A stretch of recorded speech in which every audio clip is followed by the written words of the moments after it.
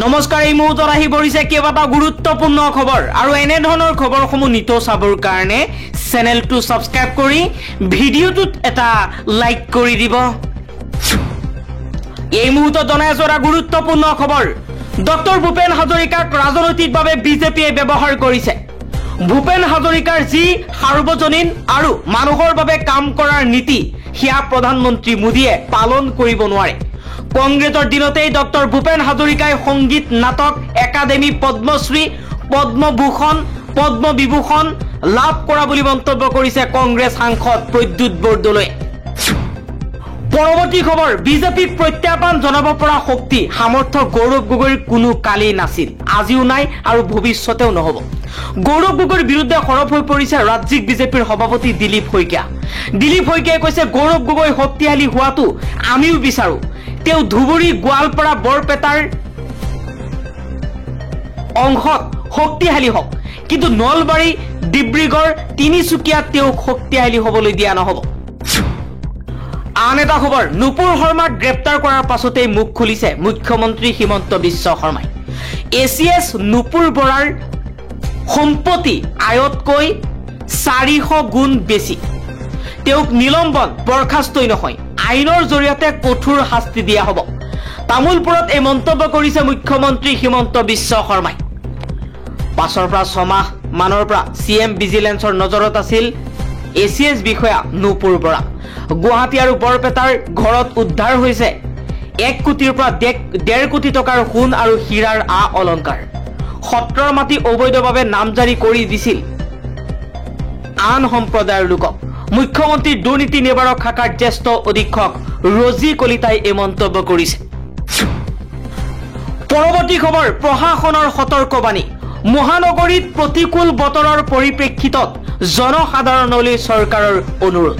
বিনা কাৰণত ঘৰৰ পৰা বাহিৰলৈ নোলাবলৈ অনুৰোধ জনাইছে চৰকাৰে। ঠায়ে ঠায়ে কৃত্ৰিম বান ভূমিস্খলনৰ আশংকা কৰা হৈছে। পাহাৰৰ দাঁতি কাষৰীয়া অঞ্চলত থকা আৱাসিক সতৰ্ক হৈ থকাৰ আহ্বান জনাইছে। আন এটা খবৰ, মৰিগাঁও জিলা কাৰাগাৰত অঘটন। কাৰাগাৰৰ ভিতৰতেই এজন কয়দীৰ মৃত্যু। শফিকুল ইছলাম নামৰ কয়দীজনৰ মৃত্যু হৈছে। কলিয়াবৰৰ আমবাগান গৰৈমাৰীৰ বাসিন্দা মৃত শফিকুল। পক্সো গোচৰত কাৰাবন্দী হৈ আছিল শফিকুল ইছলাম। জানিব পৰা হোৱা নাই কয়দীজনৰ মৃত্যুৰ কাৰণ।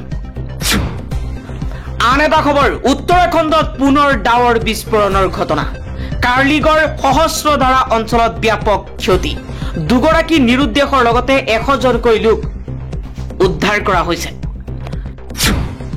পৰৱৰ্তী খবৰ, গুৱাহাটী মহানগৰীত পুনৰ ভূমিস্খলনৰ ঘটনা। ভূমিস্খলনত নিহত এগৰাকী মহিলা। 10 ঘণ্টা জোৰা অভিযানৰ অন্তত উদ্ধাৰ কৰা হৈছে মহিলাগৰাকীৰ মৃতদেহ। পৰৱৰ্তী খবৰ, মোদীৰ কৰ্পৰেট বন্ধুক মাত্ৰ 1 টকাত 1000 একৰ মাটি। বিহাৰত ডাবল ইঞ্জিন চৰকাৰৰ ডাবল লুটপাট। এটা বিদ্যুৎ কেন্দ্ৰ নিৰ্মাণ কৰা হ'ব, সেইবাবে মাটিৰ প্ৰয়োজন, কিন্তু সেই প্ৰকল্পৰ বাবে কৃষকৰ পৰা মাটি লৈ দিয়া হোৱা নাই কোনো ক্ষতিপূৰণ। বিহাৰত কোটি কোটি টকাৰ মাটি কাৰ্যত বিনামূলীয়াকৈ প্ৰদান কৰা হৈছে প্ৰধানমন্ত্ৰী নৰেন্দ্ৰ মোদীৰ কৰ্পৰেট বন্ধুক। এবছৰত মাত্ৰ 1 টকাত সেই 1000 একৰ মাটি 33 বছৰৰ বাবে লিজত দিয়া হৈছে। সোমবাৰে কংগ্ৰেছে মোদী চৰকাৰৰ বিৰুদ্ধে এনে বিস্ফোৰক অভিযোগ উত্থাপন কৰিছে। তীব্ৰ আক্ৰমণ কৰি কংগ্ৰেছৰ মুখপাত্ৰ পৱন খেৰাই দাবী কৰিছে যে বিহাৰৰ ভাগলপুৰৰ সেই 1050 একৰ মাটিয়েই নহয়, সেই মাটিত থকা প্ৰায় 10,000 আম, লিচু আৰু চেগুন গছো মোদীৰ কৰ্পৰেট বন্ধুলৈ দিয়া হৈছে।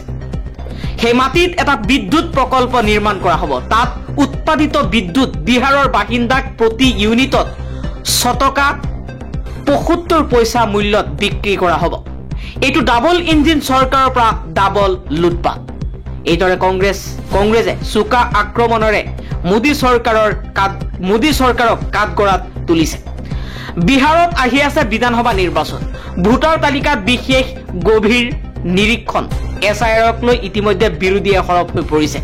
নাগৰিকৰ ভোটাধিকাৰৰ বাবে ৰাজপথলৈ ওলাই আহিছে। এইবাৰ তেওঁলোকে ঘনিষ্ঠ উদ্যোগপতিসকলক মোদীৰ বিশেষ সুবিধাৰ বিষয়টোক অস্ত্ৰ হিচাপে লৈছে। আন এটা খবৰ, আমেৰিকাৰ শুল্কৰ বাবে 25,000 কোটি টকাৰ লোকচান অন্ধ্ৰ প্ৰদেশৰ। কেন্দ্ৰক সহায়ৰ আহ্বান জনাইছে চন্দ্ৰবাবু নাইডুৱে। আমেৰিকাৰ 50% শুল্কৰ আৰোপৰ বাবে অন্ধ্ৰ প্ৰদেশৰ অৰ্থনৈতিক কাৰ্যত ভাঙি পৰাৰ পথত। মিছা মাছৰ ৰপ্তানি ৰাজ্যৰ অৰ্থনীতিৰ অন্যতম মূল উৎস। শুল্কৰ বাবে অন্ধ্ৰ প্ৰদেশৰ মিছা মাছৰ ৰপ্তানি প্ৰায় বন্ধ হোৱাৰ উপক্ৰম হৈছে, যাৰ বাবে আনুমানিক 25,000 কোটি টকা লোকচান হৈছে। ৰাজ্যখনৰ মিছা মাছ পালক আৰু মাছমৰীয়াসকল বিপদত পৰিছে। 50% অৰ্ডাৰ বাতিল কৰা হৈছে। অন্ধ্ৰ প্ৰদেশৰ মুখ্যমন্ত্ৰী চন্দ্ৰবাবু নাইডুৱে এই কঠিন পৰিস্থিতিৰ পৰা সকাহ পাবলৈ কেন্দ্ৰৰ কাষ চাপিছে।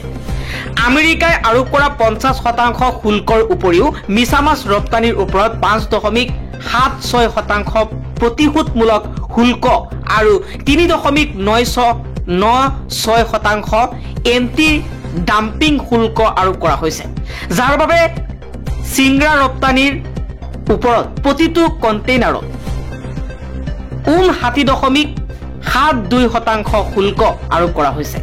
অতিৰিক্ত শুল্ক আৰোপ কৰাৰ পিছৰে পৰা 2,000 কণ্টেইনাৰত 600 কোটি টকাৰ কৰৰ বোজা আৰোপ কৰা হৈছে।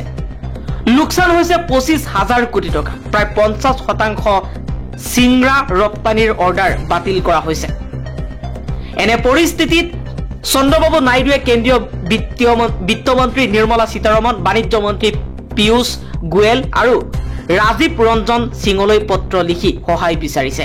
পত্ৰখনত কেন্দ্ৰক GST ৰেহাই দিয়াৰ লগতে মীন পালকৰ বাবে আৰ্থিক পেকেজ প্ৰদান কৰিবলৈ দাবী জনাইছে। আন এটা খবৰ, বনতাৰাক দোষমুক্ত ঘোষণা কৰিলে উচ্চতম ন্যায়ালয়ে। SITৰ প্ৰতিবেদনৰ পাছতেই ৰিলায়েন্স ফাউণ্ডেশ্যনৰ বনতাৰাক লৈ দোষমুক্ত। বন্যপ্ৰাণী বিশেষকৈ হাতীৰ ক্ষেত্ৰত বনতাৰাই উলংঘা কৰা নাই কোনো নিয়ম। ন্যায়াধী পংকজ মিঠাল আৰু প্ৰসন্ন বি ভাৰালে দিছে এই ৰায়দান।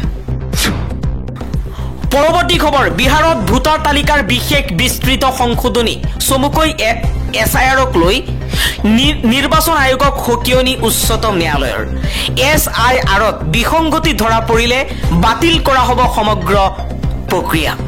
সোমবাৰে শুনানিত ন্যায়াধী সূৰ্যকান্ত, ন্যায়াধী জয় মাল্য বাগচীৰ বিচাৰপীঠৰ এই মন্তব্য। SIR সন্দৰ্ভত কোনো টুকুৰা নিৰ্দেশৰ সলনি চূড়ান্ত ৰায় দিব বুলিও মন্তব্য কৰিছে বিচাৰপীঠে। উক্ত ৰায় সমগ্ৰ ভাৰতবৰ্ষত হোৱা SIRৰ ক্ষেত্ৰত প্ৰযোজ্য হ'ব। যদি SIRত কিবা বিসংগতি হয় তেতিয়াহ'লে বাতিল কৰিব সমগ্ৰ প্ৰক্ৰিয়া। নিৰ্বাচন আয়োগক এই সকিয়নি উচ্চতম ন্যায়ালয়ৰ।